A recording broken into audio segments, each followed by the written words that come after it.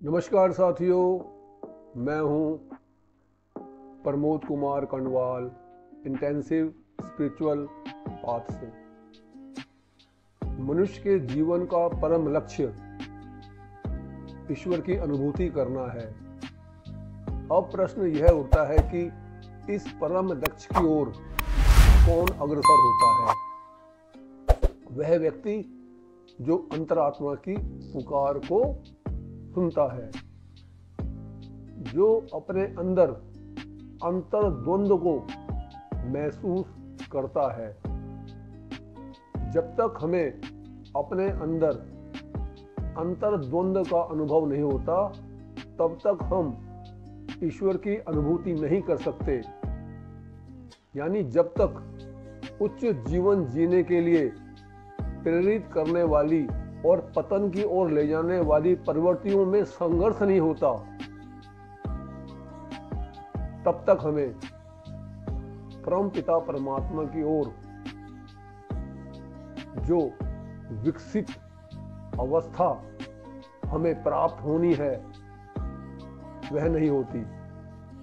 और इसी को हमारे ग्रंथों में सुर असुर संग्राम कहा गया है। संसार में विभिन्न प्रकार के लोग रहते हैं। अधिकतर ऐसे हैं जो भौतिकवादी मार्ग में ही विश्वास करते हैं।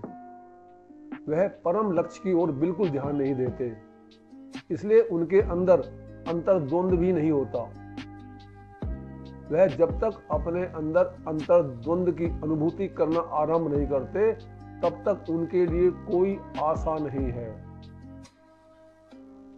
हमारी जीवात्मा उस परम तत्व को समझना चाहती है, पर जब प्रभु हमारा अंदर से आत्म पुकार के रूप में हमारा मार्गदर्शन करना चाहते हैं, तो हम उस दिव्य पुकार को नजरअंदाज कर देते हैं। हमारी शारीरिक रचना ही ऐसी हुई है कि हमारी इंद्रियां जिस वस्तु के संपर्क में आ जाती है, उसके आकर्षण मात्र से ही हमारा पतन हो जाता है। मानव जन्म दुर्लभ है। हमारे अंदर मुक्त होने की प्रबल इच्छा होनी चाहिए और उसके बाद ईश्वर की अनुभूति का मार्ग प्रदर्शित करने वाले किसी योगी व्यक्ति से मिलने का सौभाग्य प्राप्त होना चाहिए। इन सब की उपलब्धि के बाद भी हमारे अंदर वास्तविक रूप से लाभ उठाने की उत्सुकता नहीं होती है, क्योंकि हम आंतरिक द्वंद्वों तथा कठिनाइयों का सामना नहीं करना चाहते।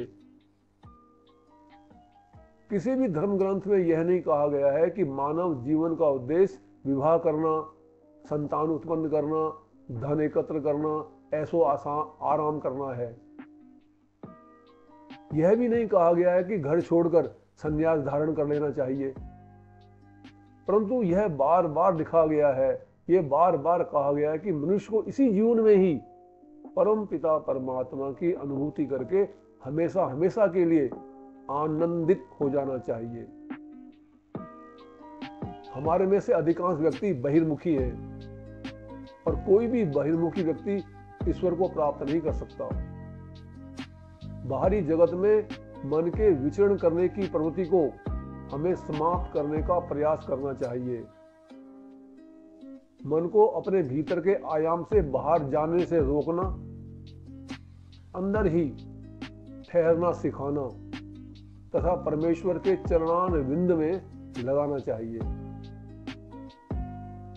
केवल जप करने मात्र से साधक ईश्वर की प्राप्ति कर सकता है।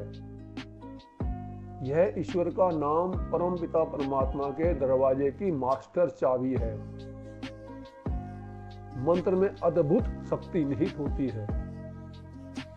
ग्रंथों में भी लिखा है, मंत्र जाप मम दृढ़ विश्वासा, पंचम भजन सो वेद प्रकाशा।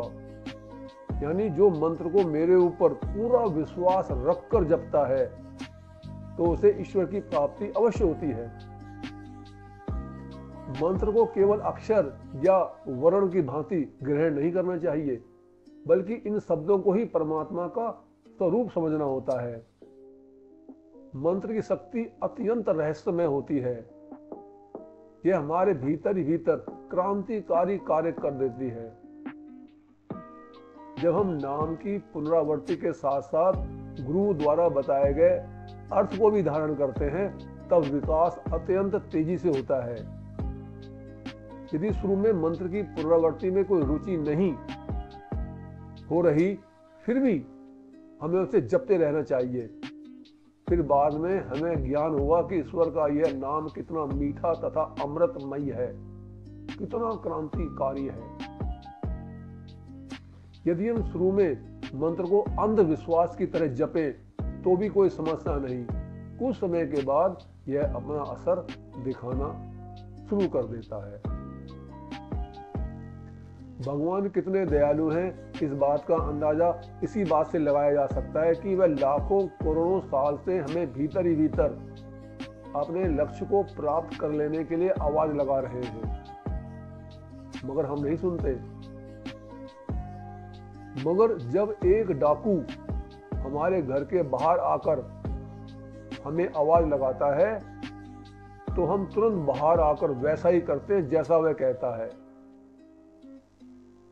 भगवान ने लाखों सैनिकों के आगे सिर्फ अर्जुन को उपदेश दिया, बाकियों को नहीं, क्योंकि वो जानते थे उसके अलावा कोई अन्य सुनने वाला ही नहीं है।